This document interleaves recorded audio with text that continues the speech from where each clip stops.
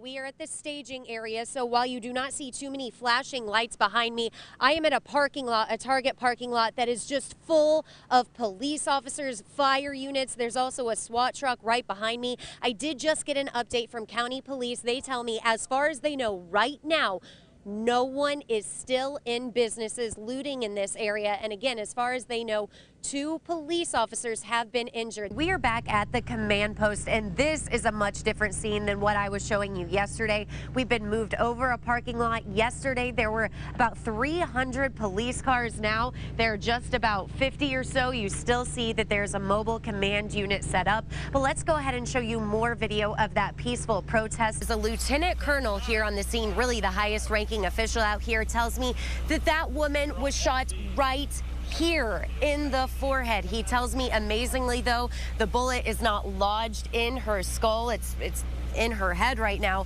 but she was talking to paramedics when they got to the scene. She's now at the hospital being treated. It is expected that she will be okay. Now, the confusion right now is, was this a drive-by or was this a group of men that started firing at her? Even though the sun is now up in Ferguson, it does not replace the darkness and destruction that happened on the 4th night here in the city of Ferguson. We are told at least 16 people are starting their Thursdays in jail after being arrested last night. That brings the total number of arrests somewhere between 55 and 65 people since the death of Mike Brown. I have just been told within the last hour it really wasn't that quiet here in Ferguson overnight. But Claire and Emily, you know I cover crime all over the area, not just in North County.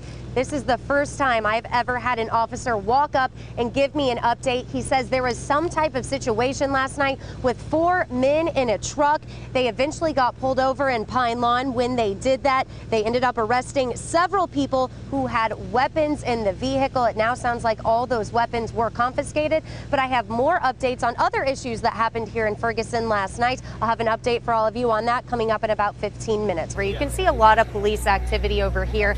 I've been constantly looking over here. So far, I have not yet spotted Captain Johnson or Chief Belmore or Chief Dotson, for that matter. We do know a lot of city police are out here, but you can see that they are all gathering. Just within the last 30 minutes, I was told that all the officials who would be doing the news conference behind us were being briefed. Since last Sunday, many people have said that Ferguson looks like a war zone. Well, now Command Post does, because check it out. You see a Humvee there. That is there for the National Guard. A brown sand-colored one. Looks like something you would either see in Iraq or Afghanistan. Now, we have been out here for more than 7 hours now, and here are the updates that police gave us.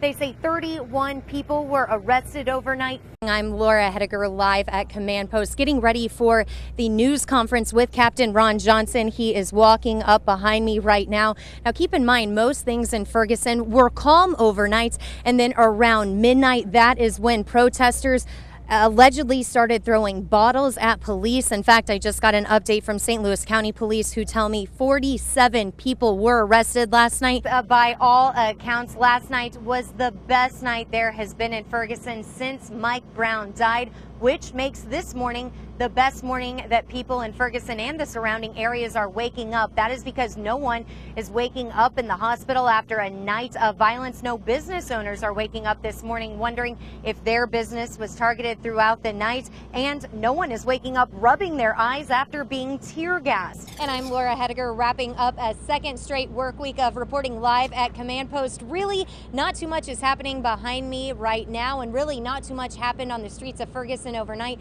There are only 7 arrests for very minor things like failure to disperse and also not stopping for a police checkpoint. Now, even though it has been quiet the last 2 days since we are gearing up for the weekend and also Mike Brown's funeral on Monday, some are wondering, will that violence kick right back up? That is something Captain Ron Johnson addressed just a couple hours ago. He says he will continue doing what he's done every day this week, talking to the community, also talking to his commanders, and adjusting his game plan as he sees fit. So, of course, News 4 will let you know any developments that happen. Reporting live from Command Post, Laura Hettiger, News 4. Andre, as the more than 11,000 students in the Ferguson Florissant School District make their way back to school for their first official day of school this year. Well, the word of the day could easily be peace. That could be the word of the day for Command Post. This is now the 11th morning I've been out here, and it is by far the most peaceful morning. Just having you look around for a second, there's no more police crime scene tape. We have not heard any sirens. There are no members of the National Guard.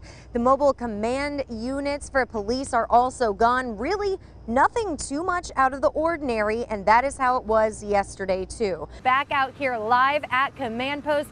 This is the 12th morning that I have reported from here, and I have something very nice to show you. Check it out. This is really the only piece of crime scene tape that is still left out here. We just watched Missouri State Troopers go around, take down all the crime scene tape, take down all the barriers. So if you are just waking up in North St. Louis County this morning, it looks like your county, your towns are going back to you because the police are getting ready to leave. Some very good news after a very rough 2.5 weeks. We'll send it back to you guys.